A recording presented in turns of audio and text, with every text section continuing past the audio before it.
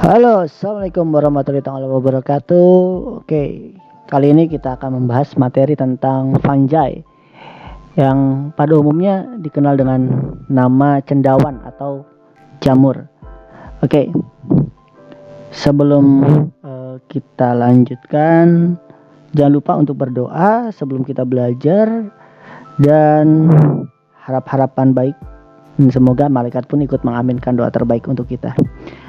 Oke, lanjut. Yang pertama, pada waktu kalian belajar biasanya kan kita lebih sering nyemil ya. Kalau saya paling sering tuh nyemil tuh roti.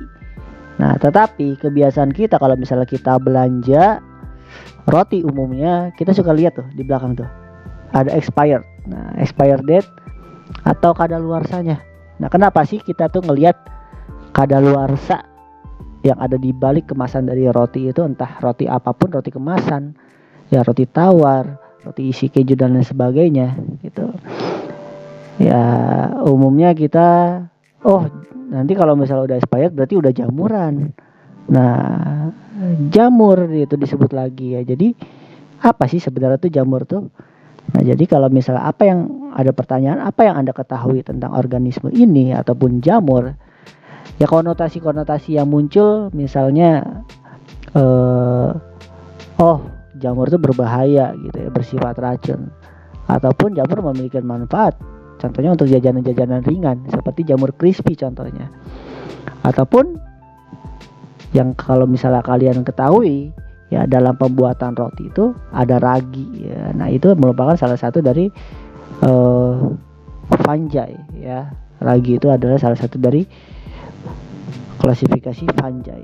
Nah, pada umumnya dulu disamakan antara jamur tuh sama dengan tumbuhan gitu. Tapi apakah itu sama gitu, ataupun jamur tuh sama seperti hewan gitu ya? Dilihat dari karakteristiknya, jamur tuh ya dia tuh berdiri sendiri ya. Kita bahas dulu yang sekarang. Pertama, itu adalah fungi, itu adalah atau jamur adalah organisme eukariotik yang tidak memiliki klorofil. Nah, klorofil itu adalah ciri khas daripada tumbuhan ya, zat hijau daun yang dimiliki oleh tumbuhan. Tapi di sini jamur dia tidak memiliki dari klorofil itu sendiri. Nah, maka dia berbeda.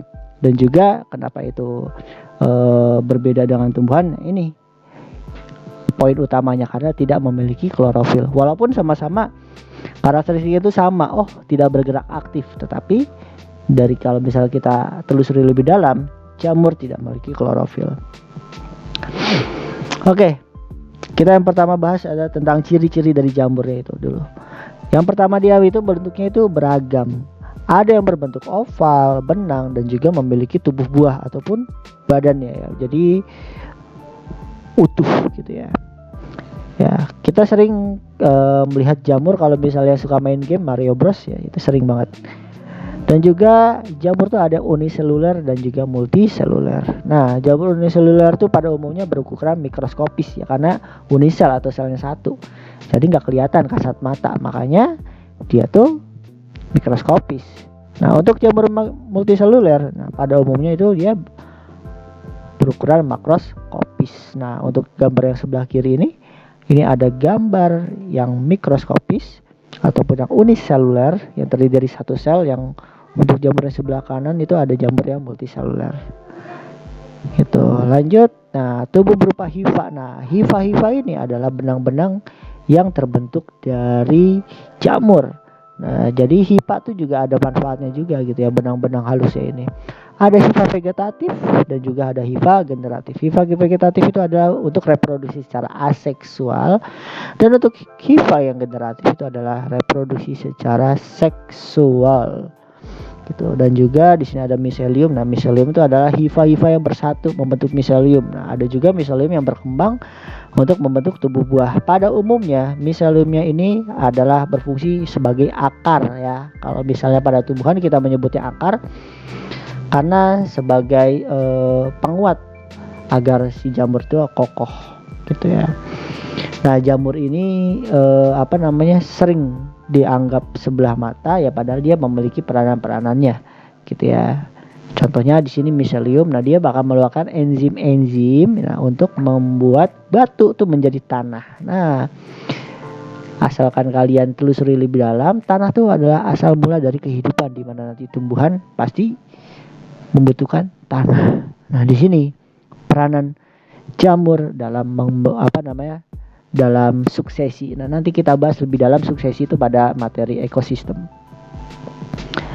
Oke, selanjutnya tubuh zat kitin. Nah, tubuh itu tersusun dari zat kitin. Nah, itu adalah pelapis utama dari dinding sel. Jadi berbeda dengan tumbuhan yang ada dari selulosa. Nah, dinding sel dari jamur itu terdapat zat, yaitu adalah zat kitin namanya. Nah, kitin ini bisa ditemukan kalau misalnya di hewan juga.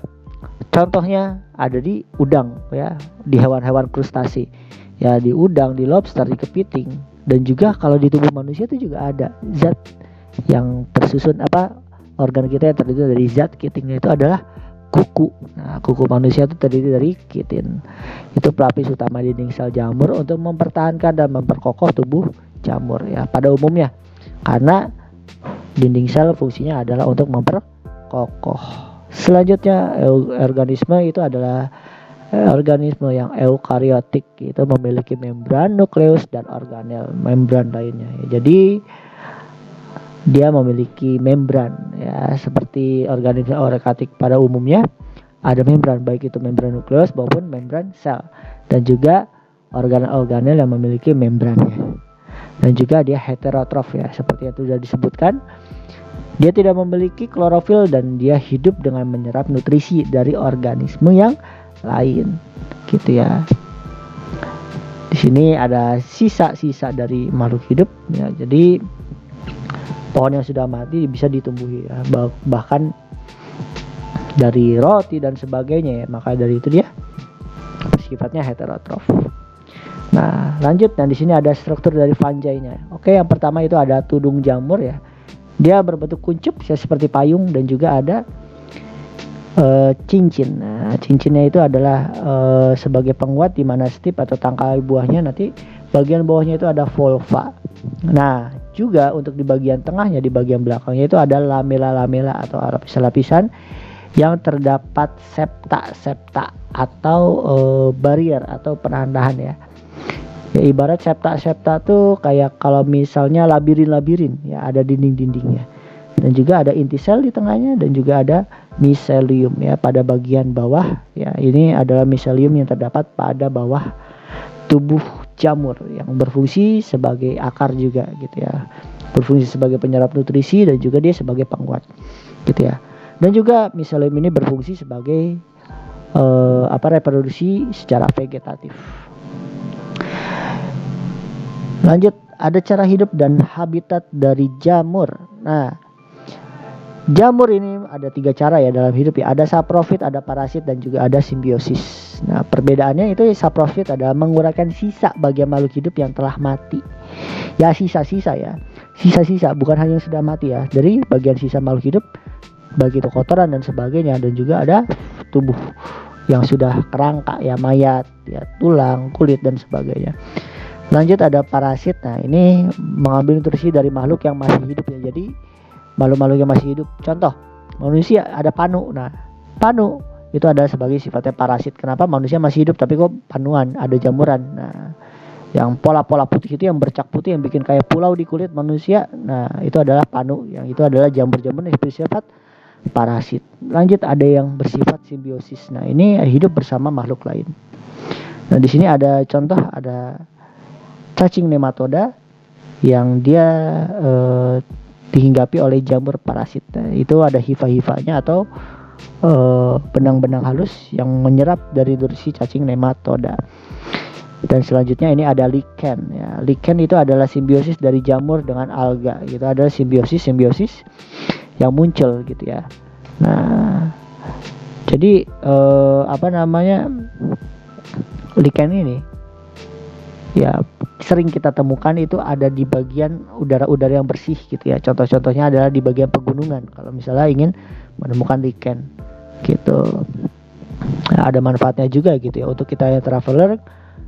Kalau misalnya kalian mau menemukan di mana kota gitu ya, kalau misalnya tersesat gitu ya, dicari di bagian mana pohon-pohon yang terdapat lichennya atau batu-batuan. Nah, kalau misalnya banyak yang tempelannya itu, Nah, di situ banyak menempel lichen lebih banyak daripada bagian tubuh ataupun bagian batu yang lainnya. Nah, itu adalah tempat di mana kota itu biasa ada. Kenapa demikian? Karena kota atau bagian industri itu banyak menghasilkan CO2. Nah, CO2 itu dibutuhkan dalam pembentukan lichen juga, gitu ya. Jadi kenapa posisi-posisi lichen tuh kalau misalnya di daerah yang bersih, misalnya menumpuk di area barat. Nah, berarti sebelah baratnya itu adalah kota, gitu. Lanjut, nah untuk reproduksi fungi-nya ini ada dua cara. Yang pertama itu ada secara vegetatif ya ataupun aseksual, dan juga secara generatif. Oke, untuk reproduksi secara vegetatifnya itu jamur uniseluler atau bersel satu itu membentuk tunas yang akan menjadi individu baru gitu. Jadi tubuh-tubuh jamurnya itu akan membentuk tunas gitu. Selanjutnya ada jamur multiseluler yang akan membentuk spora aseksual atau melakukan fragmentasi atau pemutusan hifa. Nah, untuk spora aseksual yang dihasilkan itu ada dua ya. Yang pertama itu ada spongariospora atau spora bersel satu yang terbentuk di dalam spongarium di ujung sporangiofor. Dan juga ada conidiospora, yaitu adalah spora aseksual yang dibentuk di ujung atau di sisi suatu hifa. Dan untuk reproduksi secara generatif, nah ini adalah dengan cara penyatuan hifa ataupun penempelan hifa atau singami dengan tahapan-tahapan. Yang pertama itu adalah penyatuan plasma atau disebut dengan nama plasmogami, dan kedua ada namanya penyatuan inti atau karyogami ya. Nah, ini reproduksi secara globalnya ya, bau itu seksualnya ataupun yang aseksualnya. Nah, berdasarkan itu ya, berdasarkan reproduksinya jamur itu dibedakan menjadi 4 klasifikasi ya. Yang pertama ada Ascomycota, ada Basidiomycota, ada Deuteromycota, dan ada Zygomycota. Oke, untuk reproduksinya, untuk ciri-cirinya itu akan dibahas di video selanjutnya. Oke, karena cukup panjang juga untuk Ascomycota, Basidiomycota, Deuteromycota, dan Zygomycota, dan semoga bisa secepatnya kita bahas di pertemuan selanjutnya. Oke, terima kasih untuk bahasan-bahasannya. Semoga selalu sehat dan have a nice day.